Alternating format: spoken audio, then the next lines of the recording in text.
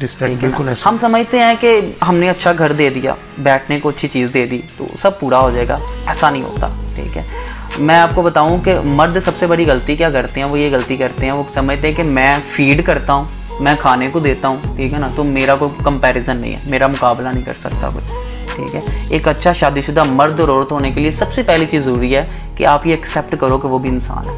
बिल्कुल ऐसे ही है। एक्सेप्ट करो कि अगर आपको इज्जत चाहिए तो उसे भी इज्जत चाहिए। सर बात ये कि जब आप किसी के जूतों में पाँव रखते हो ना तो आपको दुनिया नज़र आती है कि दुनिया कैसी है। आप किसी के पैसे की ज़रूरत को कम कर दो, वो गुजारा कर लेगा। किसी के खाने की ज़रूरत को थोड़ा कम कर दो, गुजारा कर लेगा। रिस्पेक्ट पे नहीं सर। आप जब किसी की इज्जत नफ्स मजरू करोगे फिर नहीं सर। सर दूसरी बात, एतबार। एतबार एक ऐसी चीज़ है, एक शीशे की मानंद है, आप तोड़ के उसको जोड़ दो ना फिर भी उसमें शक्लें दो ही नज़र आती हैं। एक शीशा है, आप तोड़ दो, जोड़ लो, शक्लें दो नज़र आएंगी, एक शक्ल नज़र नहीं आएगी। एतबार की ये मिसाल है। और थर्ड एंड लास्ट, तवाज़न, इतदाल। हमारे बड़े सगीर में, सब कॉन्टिनेंट में ये चीज़ एक बड़ी पाई जाती है कि शादी से पहले ही बच्चे के जहन में ये चीज़ें डाल दी जाती हैं, लड़के के जहन में, ठीक है ना, कि तुम्हारी बीवी आएगी तो फिर देखेंगे कि वो पहले उसके माइंड में एक स्केच बन जाता है कि भाई अगर बीवी की बात मानी तो इसका मतलब वो गलत होगा।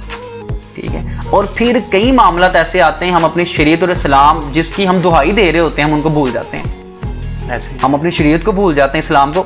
बात फिर मेन ये आ गई कि हमने अपने मतलब के दीन और कानून को अपने पास रख लेना।